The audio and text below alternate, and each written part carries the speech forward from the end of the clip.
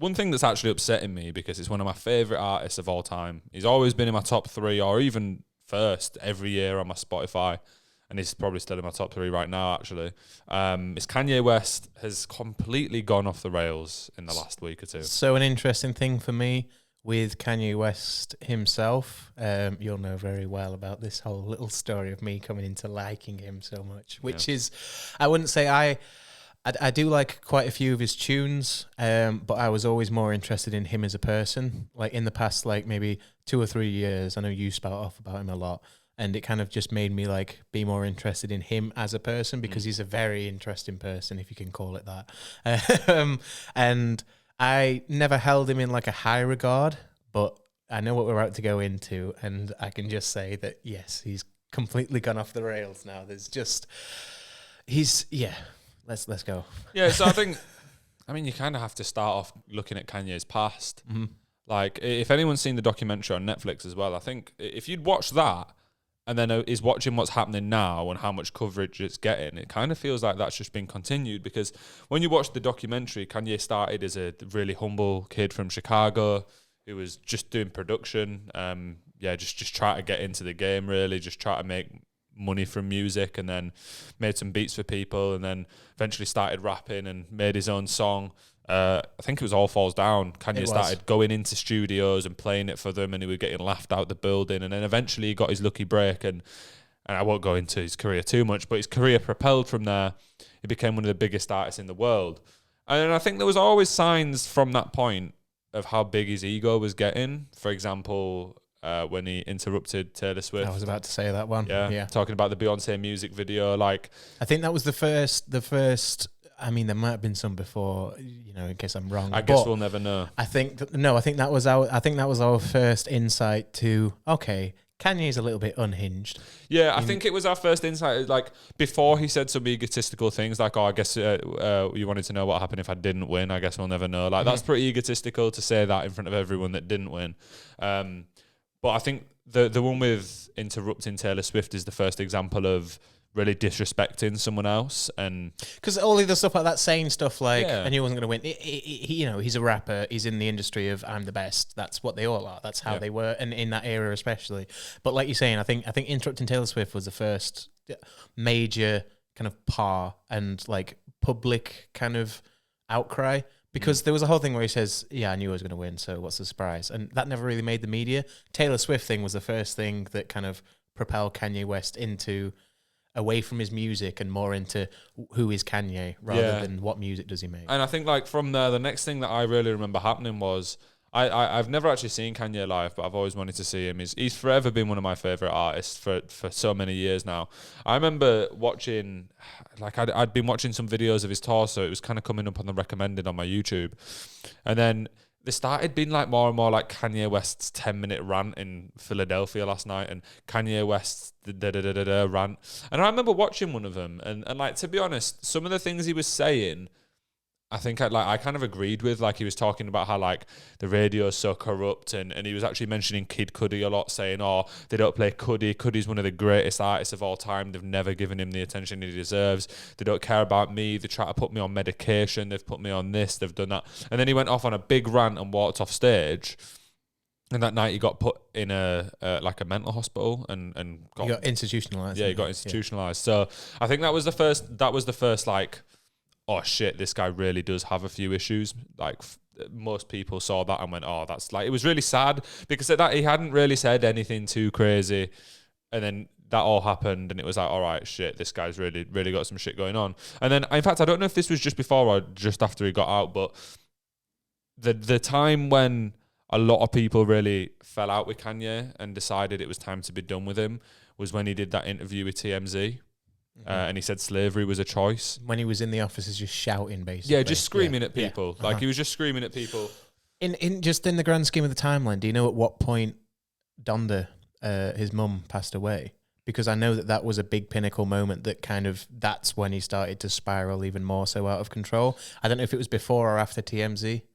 I think it was before. I think possibly, yeah. But I think that was definitely a big that pivotal was- moment in yeah, his 'cause- life where he started to go off the rails and these rants became more common.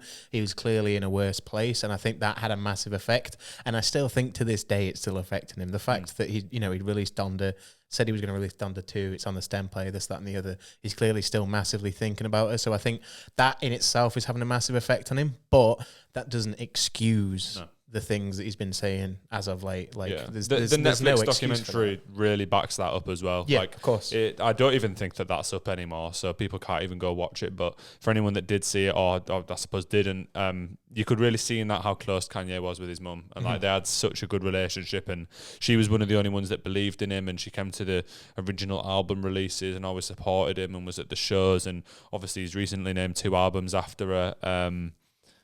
And he's got songs that "Hey Mama," so he's previously had songs about his mum as well. So yeah, that definitely affected him. But I think that TMZ moment where he said slavery is a choice is when a lot of people went, "All right, like you have got issues, but that's like a step too far. Like that's way too far to say that." And then like he kind of came back from that.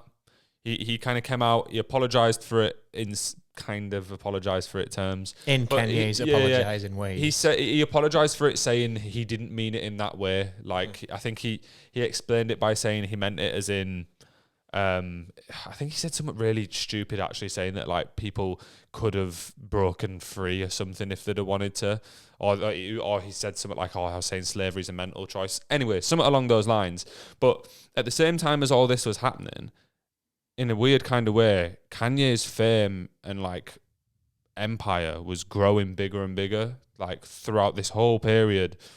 And then obviously he was with Kim Kardashian at this point, who is arguably the most famous female person on this planet.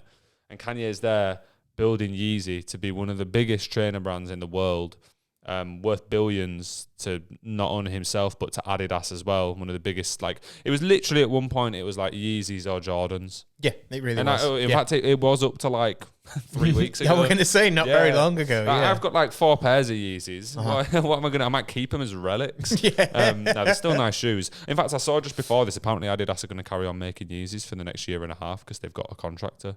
Don't know whether they actually will. I think that's a weird one for them, isn't it? Whether they'll actually follow through with that or not. But besides the point, I guess we'll wait and see. But then, so Kanye's building this empire, and then about a year or 2 ago now was another big moment where he and his wife Kim broke up, and that led to a crazy amount of social media posts and beef and diss tracks. It wasn't even just them breaking. It wasn't them breaking up. It was her getting with Skeet so quickly. Kim Kardashian went and got with Pete Davidson, who, by all accounts, Kanye said this himself in an interview the other day, has a 10-inch penis. And I mean, looking at some of the people that Pete Davidson has got with it, wouldn't surprise me. So of course. Kim and Pete got together, and then Kanye released a song about Pete, and in the video there was like him being beheaded and burying him, and he was putting all sorts of stuff about him on social media, and that was really toxic. And again, I think like there's been phases of this where like a lot more people went, all right, he said this about slavery, now he's like effectively been abusive to his ex-wife, not letting her have another relationship, probably affecting the kids in a negative way. No. So a lot more people went, all right, this guy really, he's like starting to show, maybe not his true colours, but starting to show something that's really not right there. And then that kind of leads to what's happened in the last couple of weeks, where I can't actually remember exactly what the tweet said. So if I misquote it, my bad.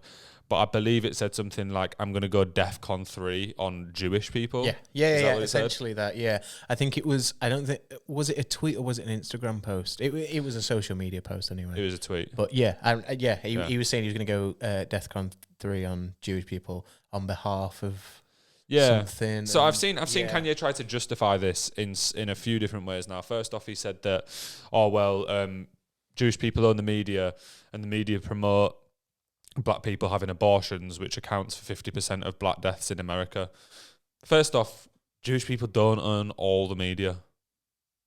Second off, even if they did, just because there's a few bad people doesn't mean it's Jewish people. It's just sometimes people are dickheads. Yeah. Everybody from every walk of life can be a dickhead. Exactly. It doesn't matter who you are, what you believe in. You can still be a complete knob. So either way, it doesn't really matter too much. And I saw that he was saying I think something that kind of spurred off these anti-Semitic comments was that he had mentioned something about either Jewish people or some kind of Jewish history on a network that was predominantly Jewish owned, and they refused to air the interview. Yeah, I saw that. And that's when he started to rant, saying they're controlling what I say. And you start to think, like, no, because you were being anti-Semitic on a Jewish-owned net. Of course they're not going to, like, put that out. Yeah, he was saying it was censorship, wasn't it? In the same way that if it was, run by another demographic of people and you slated them on their own network, they're probably not going to air that. Why would they want to air that? So then turning that into a point of contention to then go against an entire sect of people,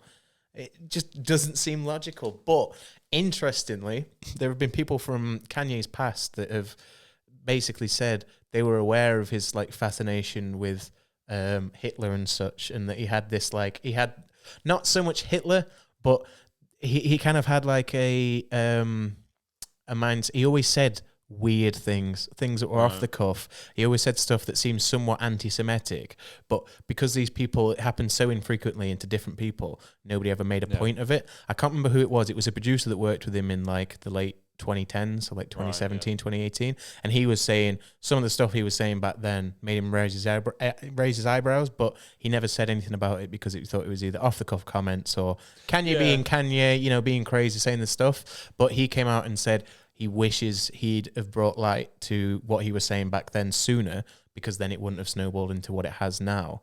But I think it's very tough to determine. Like I say, there's no excuse for what he's saying, and it's downright, it's wrong. He shouldn't be saying what he's saying, and no matter what excuse he comes up with, it's not going to be good enough to heal what he's said. But there is the, there's the chance that this is due to his mental health.